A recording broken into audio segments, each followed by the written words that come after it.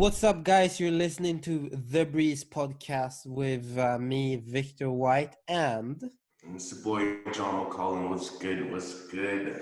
your word of mouth is our oxygen, and we're suffocating right now, right, John? We need them to talk a little bit more. The Yo, rumors Fox, spread. we're dying here, fam. Like, you gotta give us some oxygen for real, for real. Yeah. And yeah, I mean, if you could take a guess, whom of us have extensive knowledge with music and production and audio recording, you'd obviously guess me, since one of us is sitting in Mount Echo. I got a new room. I'm in my new room, so this is actually the studio. Okay. So you'll see this space like Yeah. transform over the next couple months. You know what I mean? I think you have to work on the echo in the studio, but I'm just getting a new microphone, so like, well, listeners, let's just get into it. Breeze, breeze, breeze. Bro, yeah, I see you've been busy, man. Like, you've been yeah. busy this week, so what's good? Like, talk to me. Oof.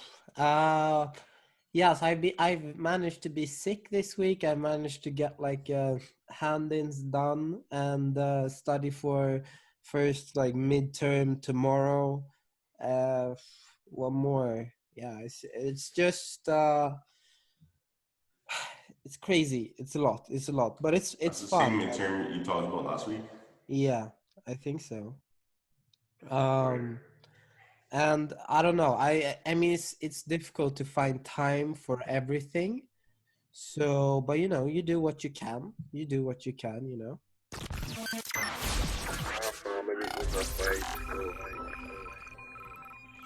I don't know. Like, honestly, bro, like I wake up early and then it's like hard work all days. It's mostly like this week it's been a lot of studying going on, so Mm. that's it. And then you just trying to survive, I guess.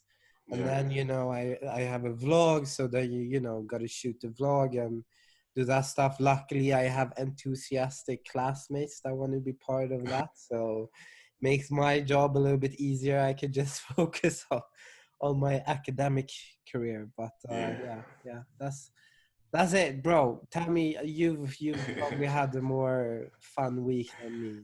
I would say fun. I'd say like this week was a lot of work, you know what I mean? So like me and the team, we launched our Uh-huh. product, Shuri. So I don't know if I sure if you saw saw that. it. Looks really good. Yo, respect, bro. So Yeah, basically, now we can talk about it. So yeah, Shuri is like a one-stop like resource for like all creators like in the music industry. yeah, So like one thing I found out is like, yo, there's not like a lot of information out there with regards to like what's a master, like what is exclusive versus non-exclusive rights, yeah, like how to navigate yeah, like that type of stuff. You know what I yeah, mean? So we just created it. So we got a bunch of experts. We just scoured the web looking for what's the right information. You know what I mean? yeah, So yeah. that mixed we getting some experts and we answer some questions. People come on the website, ask questions. So this is like the first like product and like ecosystem of products that we're about to create. So Okay, it's nice, super exciting. So we got a lot of traction in terms of like interest nice. from other companies and stuff. So we dropped That's it good. Monday. Yeah, Monday night, get like a text from this person from like one of the biggest like companies in the world, like video production nice, companies that nice. you probably know about. It's like, yo, set a meeting up. So Tuesday we met with them, most Yeah. crazy meeting. Mm-hmm. I know we're just like reaching out. We're trying to build some partnerships with some key people right Okay. now, and we can launch our next product. You know what I mean? Because this is just like a Nice. free, Yeah. free for users. I mean, we charge them like for us it was more accessibility to that information. You know what I mean? Especially back Yeah. when we were at Betos. Yeah. If you charge them, that's a big barrier to entry for all those people. But Yeah. as we go on, like we'll add more features and those will be paid features. So it's like it's a trade off. You know what I mean? So Yeah. Yeah. just been working on that. So well, I guess like because the thing that I was thinking about, like let's just dive into chopped up now. Boom, roll the intro. Okay, work.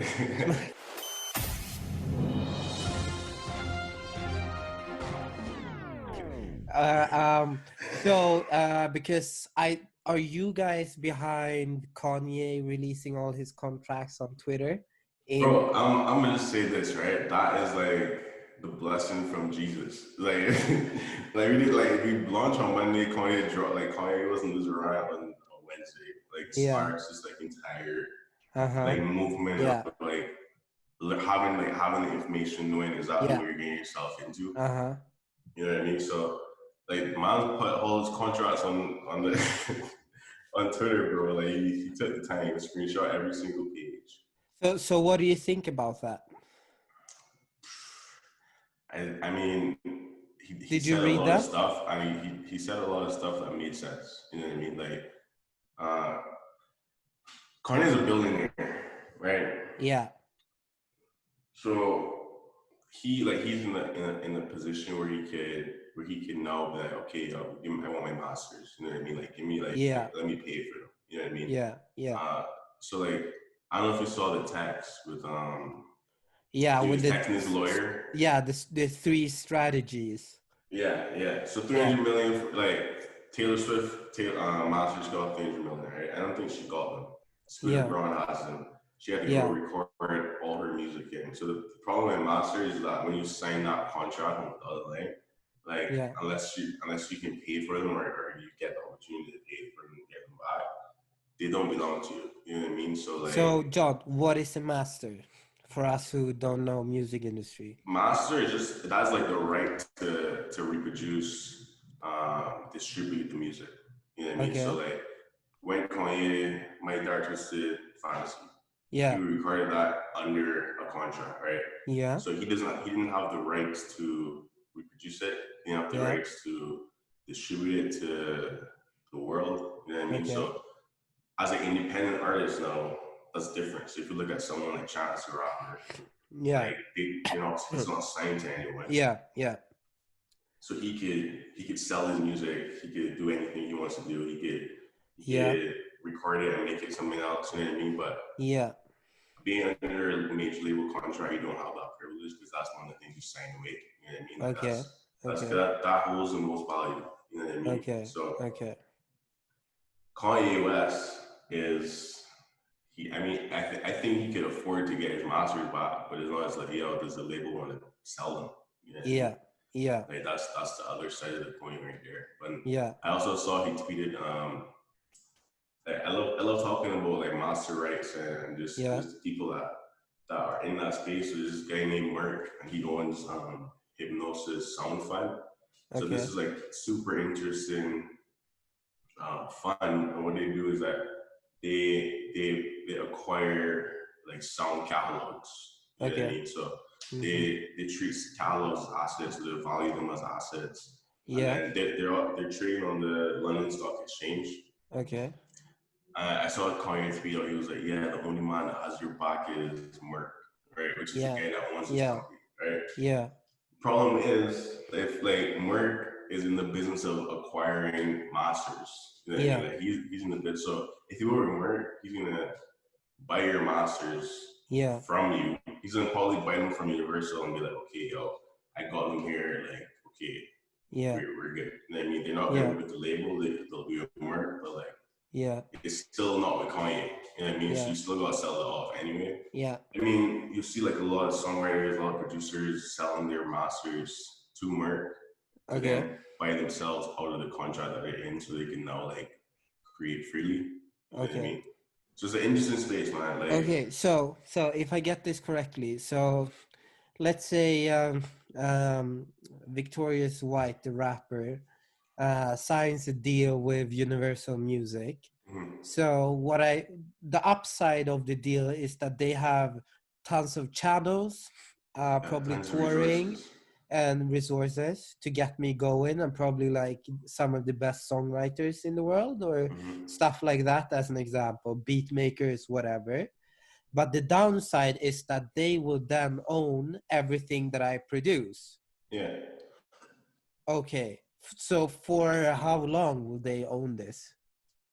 Indefinitely. Like when you die, Indefinitely. yeah. Okay. So So here's the thing. and Here's then the thing there's a with that. profit split of the money that comes in from that, or Yeah, 100%.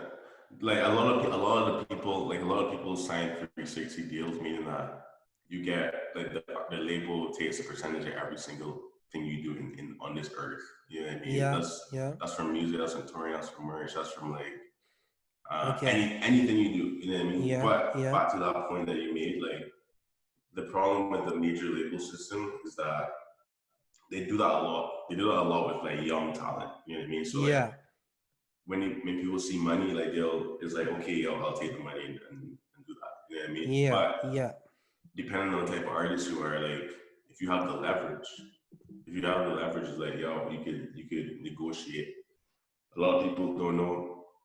A lot of people don't know what like standard contract be looking like. You know what I mean? So now, yeah, like, yeah, yeah, we're just in the business of educating these people, man, so they don't get yeah. taken advantage of. Because like the whole thing about the record industry is that they use misinformation to take advantage of Okay, the young people coming up. So okay, we're trying to change that. You know what I mean? So okay. So Kanye, back to him, he's now fighting a legal battle to get his masters back by yeah. himself.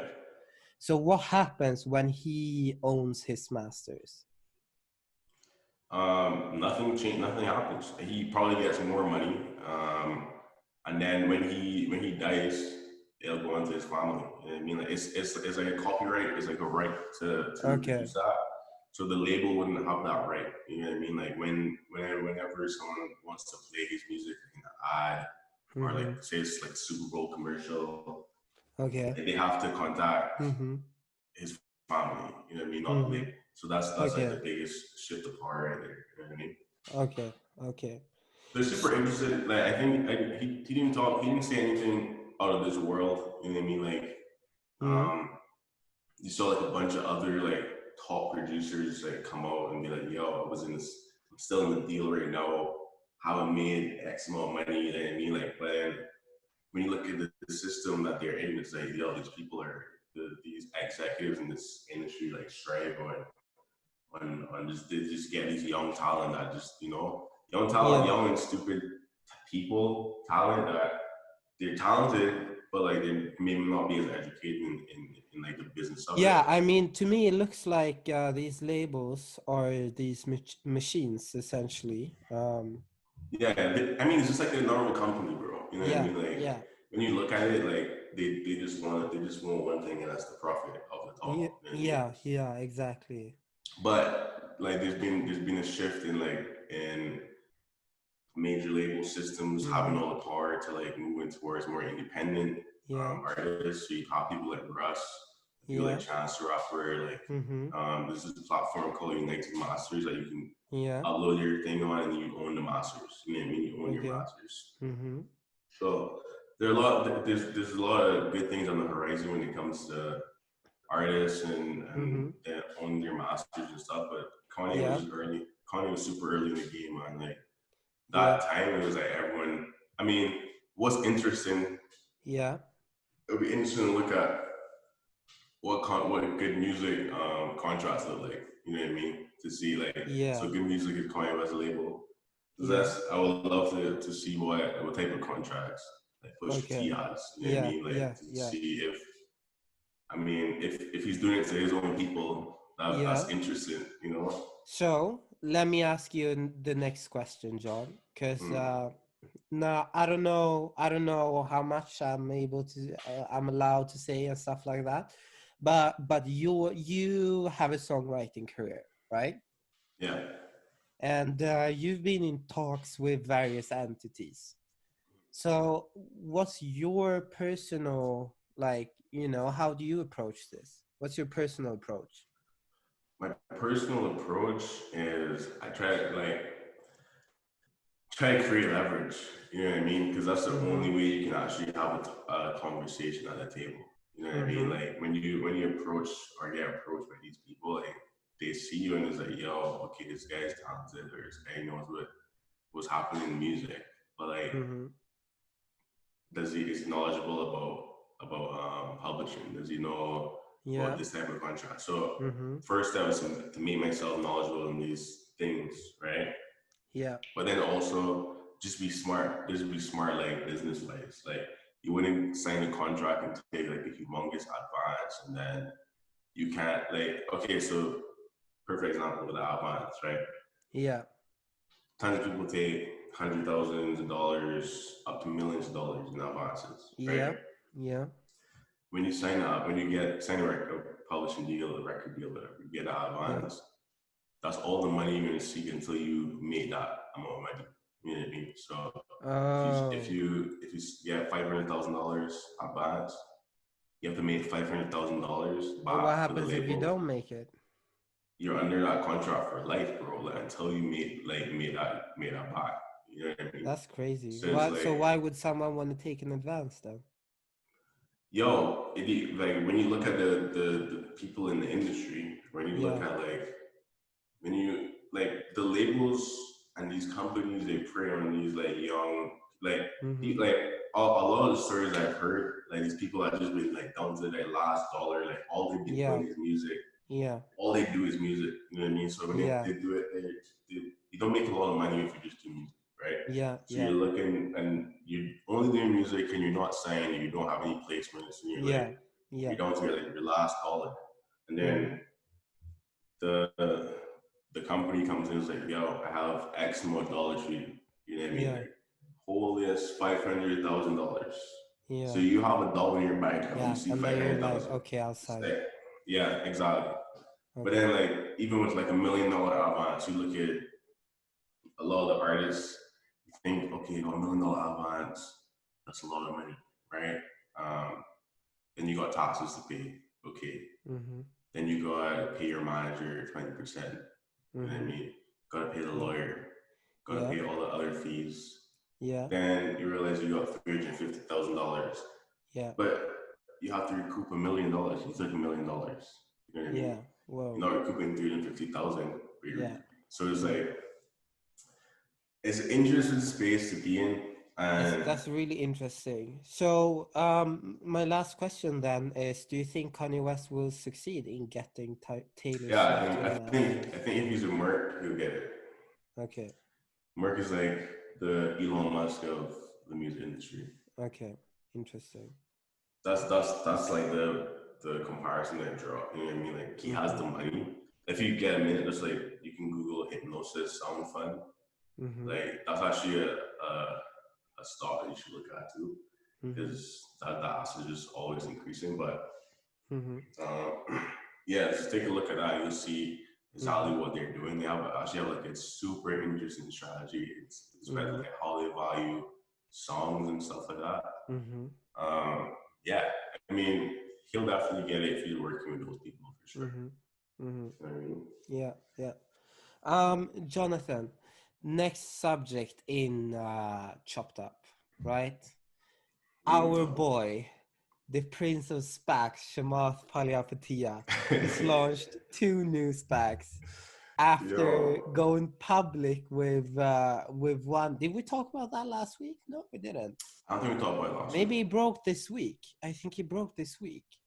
But yeah, he I don't remember, but it's a real estate like sell your home within like 48 hours thing Really? on yeah in the US that he bought for 2 billies or something like that with with a SPAC, and then he launched two other SPACs. But it got me thinking. So, a quick recap: a SPAC is a special purpose acquisition Acquisition. company, which is essentially a blank check company. So, you Mm-hmm. put it on the stock market, you get people to invest in it, it's a big cash pool, and then you merge with a startup or another company, and it's a faster way out into the public markets to be publicly traded as a company, right?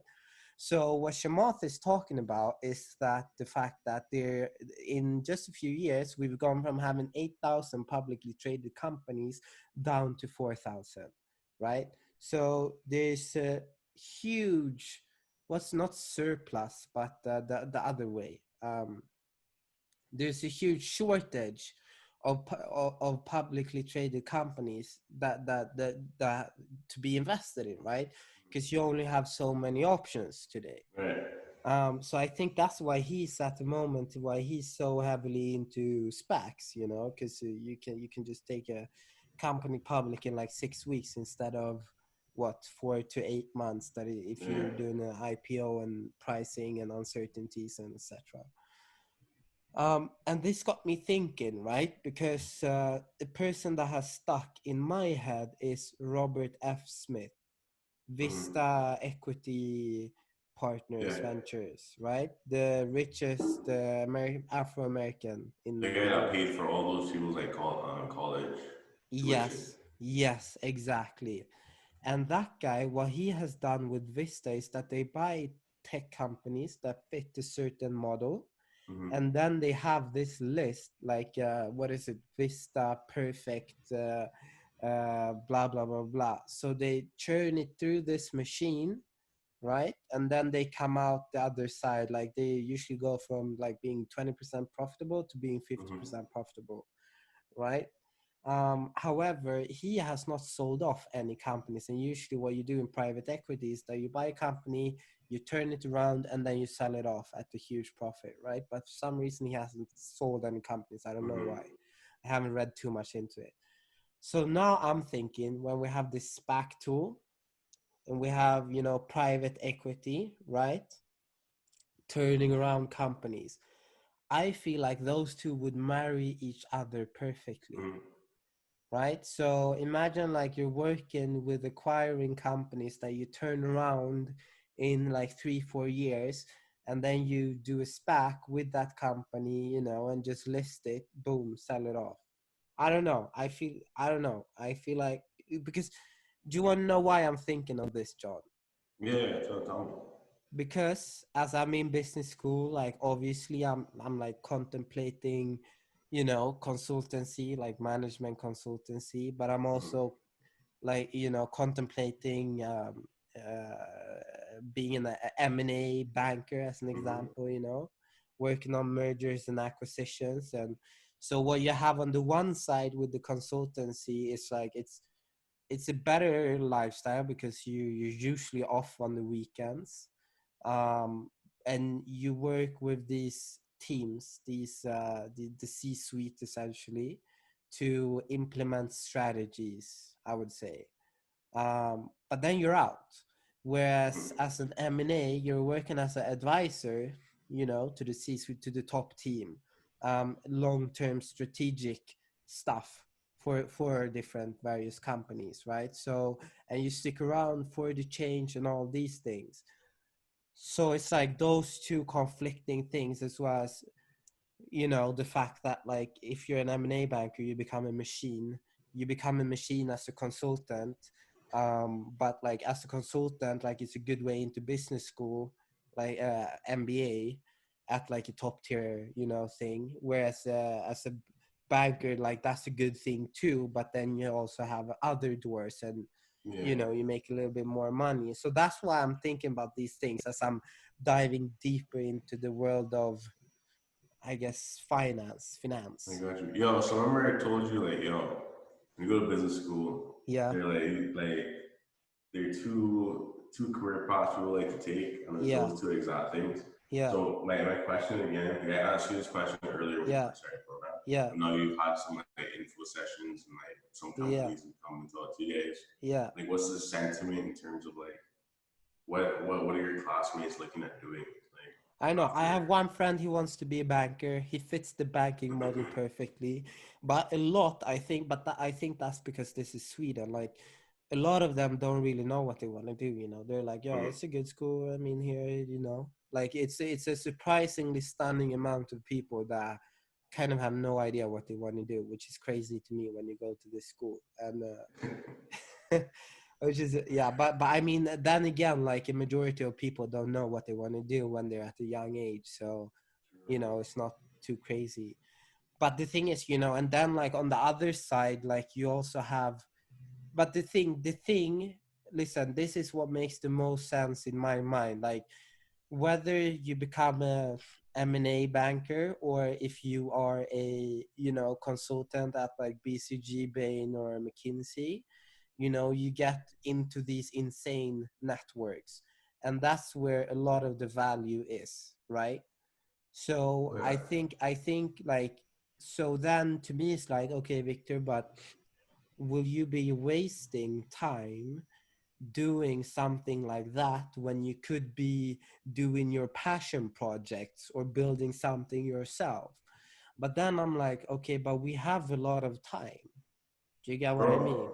if you look at it, like, for me, consulting, like, makes sense because, like, when you start, then when you actually do start your passion projects, like, you understand Yeah, business, like, yeah, you've seen, like, all the mistakes that all these other companies made, like, yeah, you yeah, know exact, like, yeah, that's that. What do you think their like exit stats are so amazing? Because, yeah, like, you yeah, learn business at, like, such a high level. It's yeah, like, okay, now you can go, like, do your thing now. You know what I mean? yeah, yeah, So they have the yeah, whole up and out model. It's like, go, like, come in, yeah, do your 2 year sentence, yeah, and then either leave or come back. You know what I mean? yeah, So yeah.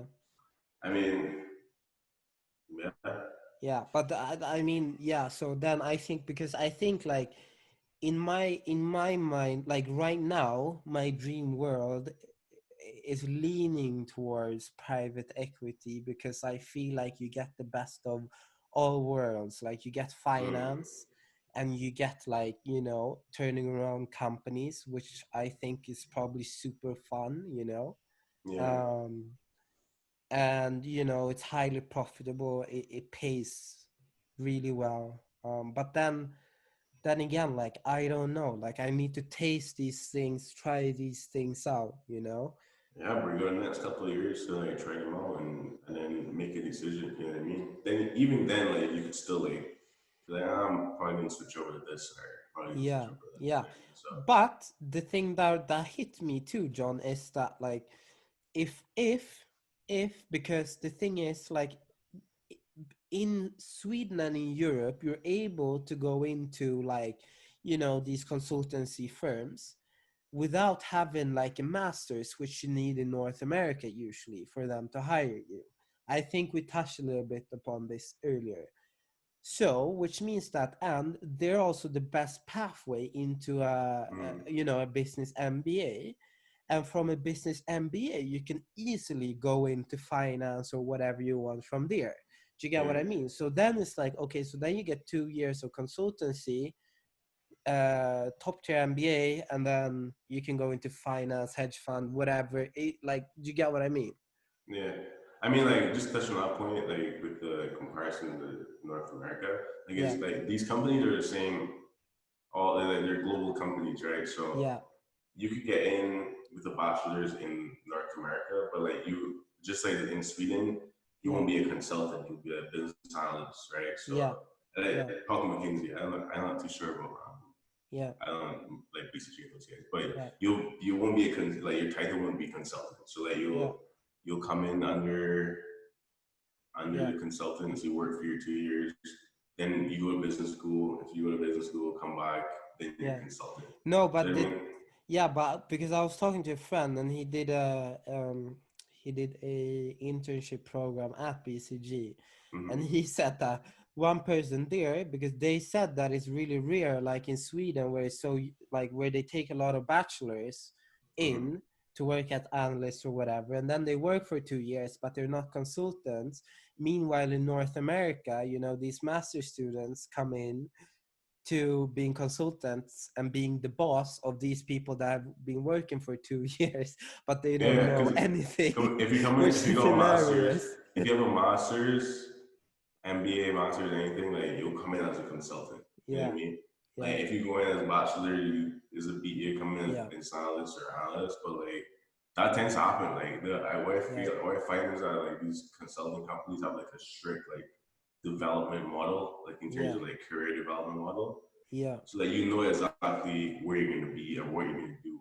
Exactly yeah, when you're in that firm, you know what I mean. You yeah, know, like yeah, okay, if I stay longer, I'll be an engagement manager. If I stay a little longer, I'll be like a partner. You know what I mean? So yeah, that's the good thing about it. But like to your point, like you'll have like people that come in at positions higher yeah, than you, been there for like yeah, 2 months, and yeah, like they're your yeah, boss. But yeah. that's the game, you know. And then I want to ask you, like, on the serious side of things, um, how do you guys and now I'm talking about you and your relationship, like, how do you guys talk about like work and like life arrangements? To get what I mean?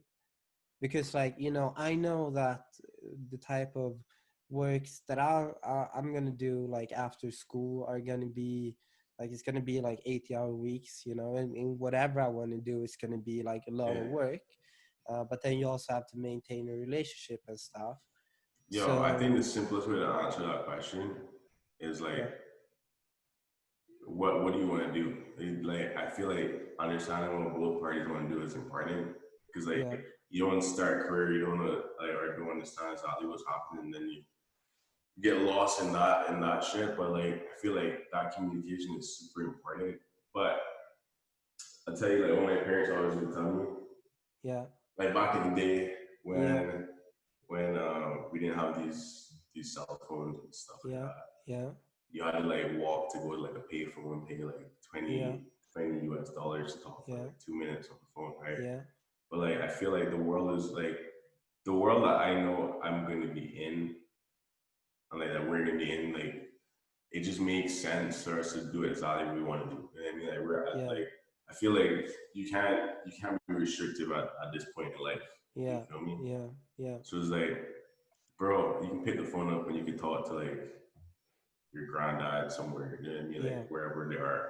It's like, I mean, I don't see it being a problem, but like I feel like But the what I mean problem is, comes with. essentially, what I mean is, like, if your girlfriend might work as one thing, and then, like, okay, so let's take my relationship as an example. Mm, So my girlfriend's gonna become a dentist, right?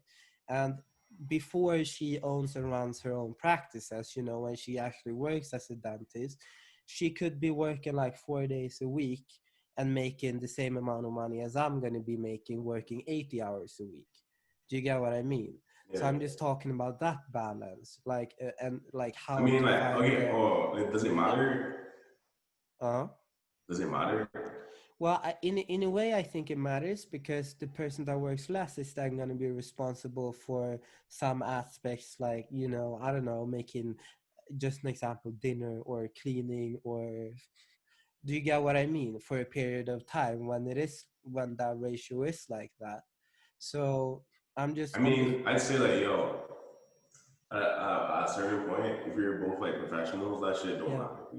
It's yeah, like you got enough money that you could like what are household chores at that point? Like if yeah, your household income is like $250,000, yeah, it's like yo, you're not out here cooking your own meals, bro. Like what do you? It's like I mean, you're both like at this point. I feel like you both have to be like working on that career. You know what I mean? Like yeah, that's what you have to be doing. yeah, You know what I mean? yeah, So yeah. I mean, in terms of the household Because dynamics, to me, like, it's okay to sacrifice at a younger age. yeah, um yeah, 100%, and 100%. then, because then when you get kids, like, you can be in a position to win and like be more passive. Do you get what I mean? And I also 100%. have the idea, I don't remember who said it, but like, yeah, it was Casey Neistat who started vlogging again. Shout out Casey Neistat. And Shout out to also Kanye West. shout out my stepdad and stepmom, Carlos and Caroline. They listen to Yeah, all our shout them out. podcasts, so shout out. Shout them out. But Shout out. he said that it's kind of nice, like, if you are financially lucky or whatever, and you make it or whatever, like, you can Mm-hmm. take a year here and there throughout your life instead of waiting until you're Oh 65 or yeah, whatever. Do you get what I mean? I really like that idea, yeah. I think like the way I'm looking at life right now is that I take it in phases. You know what I mean? Yeah, So like for me, yeah, like this phase right now, like I have to work like way harder than all my peers so that Yeah. I can come back and be in a phase where I can relax when other people are like still in their 9 to 5 and they're doing Smart. nothing.